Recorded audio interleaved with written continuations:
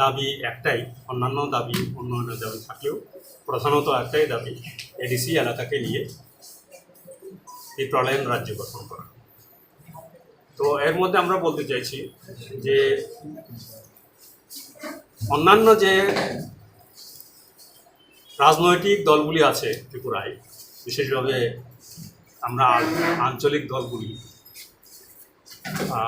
Just for আপনাদের জানার জন্য বলছি, রেজিস্ট্রেশন যখন দেওয়া হয় কোনো পলিটিক্যাল পার্টিকে তখন আঞ্চলিক দল বলে বলা হয় না। তো তার কিনা বলে অঞ্চলের নিরিখে এবং কর্ম বা অ্যাক্টিভিটির নিরিখে এটাকে আঞ্চলিক দল বলা হয়, কিন্তু রেজিস্ট্রেশনের সময় এটা কিন্তু আঞ্চলিক দল হিসেবে দেওয়া হয় না। সব কয়টি আঞ্চলিক দল যারা আছেন, যদি এডিসি এলাকাকে তারা ত্রিপ্রালয়ন রাজ্য বা রাজ্য গঠনে তাদের যদি আমাদেরকে সমর্থন করেন বা তারা সমর্থন যদি করতে চান, তাদের সঙ্গে আমাদের জোট বন্ধন বা গতিবন্ধন জোট করা আমাদের কোনো আপত্তি নেই। তার মধ্যে কথাবার্তা চলছে, সেগুলি আমরা এখন আর বলছি না, বাস্তবায়িত হলে নিশ্চয়ই আপনারা জানতে পারবেন। তো এটা হচ্ছে মূল কথা আমাদের এডিসি নির্বাচনের জন্য।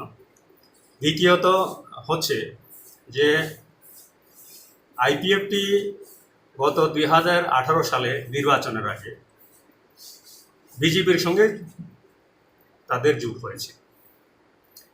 এই জোটে আমরা দেখি যে তারা দাবি করেছিল এই জোটের বিষয়ে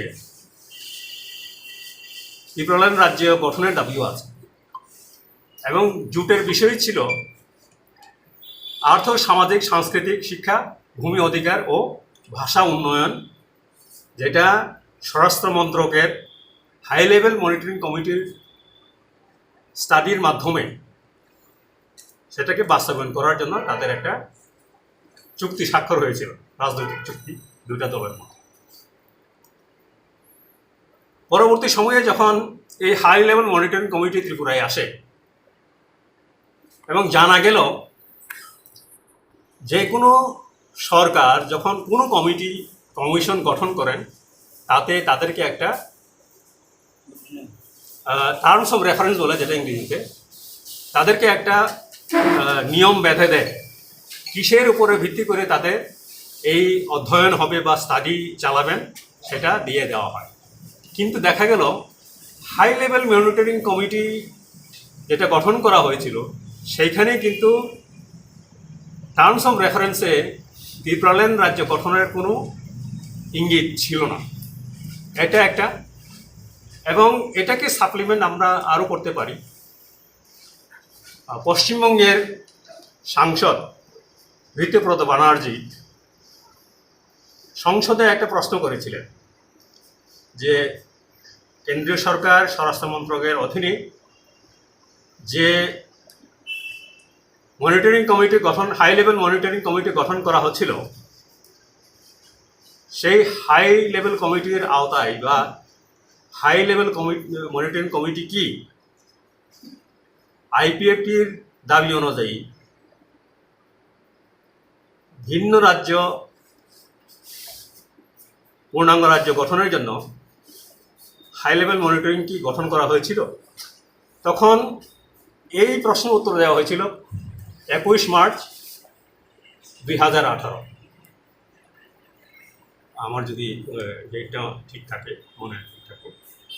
সেখানে বলা হয়েছিল যে না, হাই লেভেল মনিটরিং গঠন করা হয়েছিল, এটা এই রাজ্য গঠনের জন্য নয়, এটা স্পষ্ট করে বলা হয়েছিল।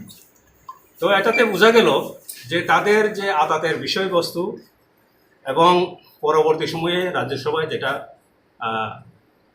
যে উত্তর দিয়েছিলেন স্বরাষ্ট্র মন্ত্রক, সেটাতেই বোঝা গেছে যে আদাতের বিষয় ত্রিপ্রালয়ন রাজ্য গঠন নয়, এডিসি এলাকাকে ত্রিপ্রালয়ন রাজ্য গঠন নয়।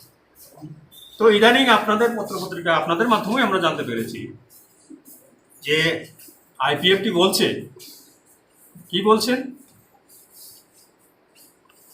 যে বিজেপির সঙ্গে এডিসির নির্বাচনের জন্য আবারও জোট বন্ধন বা গঠবন্ধন হতে পারে, তারা যদিও সরকারে একত্রে আছেন, হতে পারে।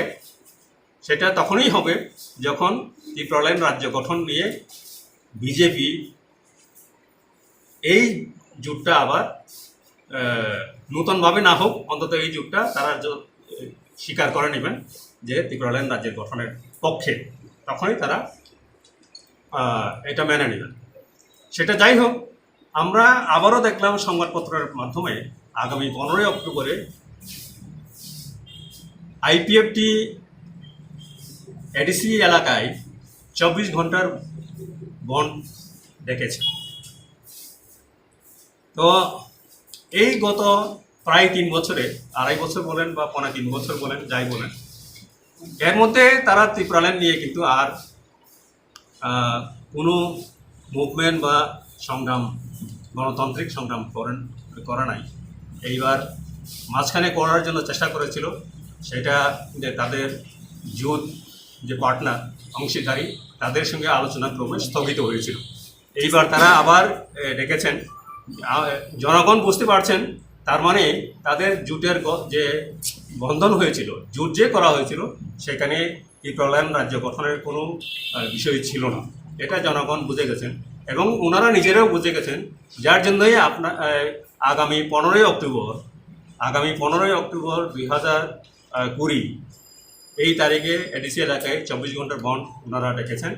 এবং ত্রিপুরাল্যান্ড স্টেট পার্টি, যেহেতু আমরাও ত্রিপুরাল্যান্ড রাজ্যের দাবি করছি, সেই কারণে আমরা এই বনকে সম্পূর্ণ বা পূর্ণ সমর্থন জানাচ্ছি। এটা হচ্ছে 2 নম্বর। 3 নম্বর হচ্ছে, আপনারা ফুলডংসাইয়ের কতগুলি ঘটনা শুনেছেন বোধহয়। মিজোরাম এবং ত্রিপুরা রাজ্যের মধ্যে আমাদের যে সীমা নিয়ে যে একটা সমস্যা চলছে, এই সমস্যায় দেখা গেল ওইখানকার লোকেরা আন্দোলন করে চলছে এবং তারাও আন্দোলন করে চলছে। এক ধরনের পরিস্থিতি সৃষ্টি হয়েছে।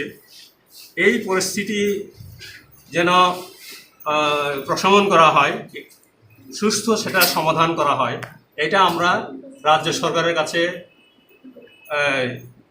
সরকারের নিকট দৃষ্টি আকর্ষণ করছি।